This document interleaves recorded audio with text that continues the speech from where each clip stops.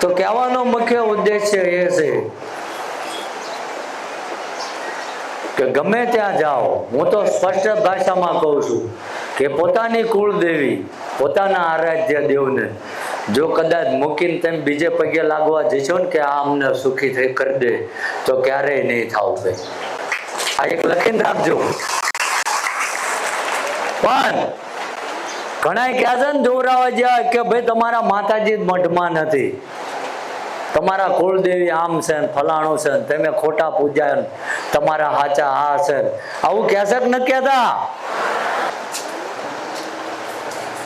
કે એ કહેતા હોય, પણ મારો ઠાકર એવું બોલે, મારો ભોળો નાથ એવું બોલે કે ગમે એ હોય, કદાચ તમારા ગુરુ મહારાજના આશીર્વાદ પાકી ગયા હોય, કોઈ સાધુ સંતની સેવા કરી હોય, તમારા વડવાએ કોઈ ગરીબ માણસને ખવડાવ્યું હોય, અને કદાચ તમારું એ પુણ્ય ભેગી થતી હોય, જગત એવું કહેતું હોય ને કે તમારા માતાજી તમારી સામું જ નથી જોતા, તો એની દયા ભેગી થઈ હોય ને તો તમે આ જગ્યામાં આવી શકો, બધાય ના આવી શકે ભાઈ. આ હું માનું છું. કારણ કે લોકો આજ હું જોઉં છું છેલ્લા 6 મહિનેથી આ જગ્યામાં આવું કરતા હતા, અને આજ ભાડાની જોગવાઈ થઈને આવ્યા છે એવાય માણસો બેઠા છે. મારો ઠાકર આવું વાંચી લે છે ભાઈ. આ ઘણા બધા કહે છે ને, પણ અમે પુરાવા નથી આપતા, મારો ઠાકર પુરાવા આપશે ભાઈ.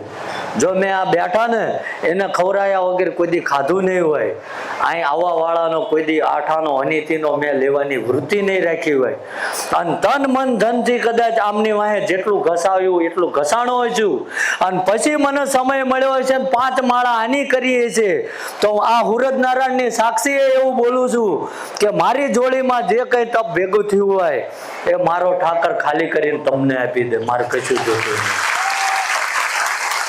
પણ માણસ છો, માણસની રીતે જીવજો, અને કંઈ ના થાય તો ગામમાં મૂંગા મરજો, કોકના ટાંટિયા ના ખ્યાતા ભાઈ. આ મોટો ધર્મ છે. નડે હું માનું છું કે હોય કદાચ મેલી વિદ્યા હશે, કોઈ અંતર તંત્ર હશે, અને એ તો મરદ માણાની પરીક્ષા થાય. રાખો તો ગમે યાર રોવા મંડે. આ બધા ઘણા આવીને રોવા મંડે છે ને, બધાને કહું છું, બહેનોને કહું છું, વડીલોને કહું છું કે રોવાનું જ ના હોય. કોની આગળ રોવું હોય? રોવું હોય તો પરમાત્મા આગળ રોજો. એ ફરીથી ક્યારેય આપણી આંખમાં આહુડું નહીં આવવા દે. માણસ આગળ હું રોવું? એ તો ગામમાં તમે હજુ આહુડા લોહીને ઘરે પહોંચતા તો 20 જણાને કહી દે, ક્યાંક નાખે. એટલે આ જગ્યા, આ ભૂમિકા એટલી પવિત્ર છે જ્યાં દાદાએ પોતાના પ્રાણની આહુતિ આપી છે. અને જો કદાચ આજ ઠાકરને એવું કહી દો કે જગત રખડીને આયા, કદાચ અમારા ભાગ્યમાં લખ્યું હોય કે ના લખ્યું હોય, અમને ક્યાંય નિવાડો નથી મળ્યો, આજ અમારા પાપનું, અમારા નડતરનું બસકું આ સાનિધ્યમાં મૂકીને જેવી છે, અને મનની નાભીથી ફાંપી દેજો. અને જો 25મા દાડે મારો ઠાકર ઘોડે પલ્લા ના નાખે તો દીવા ધૂપ બંધ કરી દઉં. આ મારો વિશ્વાસ બોલે છે. દીવા ધૂપ બંધ કરી દેવાના ભાઈ. કરે અને નકર છતાંય જવાબ ના મળતો હોય તો એટલું રાખજો કે ક્યાંક હજુ આપણું ભજનમાં ખોટ છે, એટલે ઠાકર આપણી પરીક્ષા લે છે ભાઈ. બાકી પરમાત્માનો બગીચો છે ને તમે હું બધા એના ફૂલ છે. કોઈ પરમાત્મા આપણને દુખી કરે ખરો? કરે ક્યારે? આ તો નીકળી પડે ઠેલા ભરીને રવિવાર ને ગુરુવાર ને શનિવાર ને.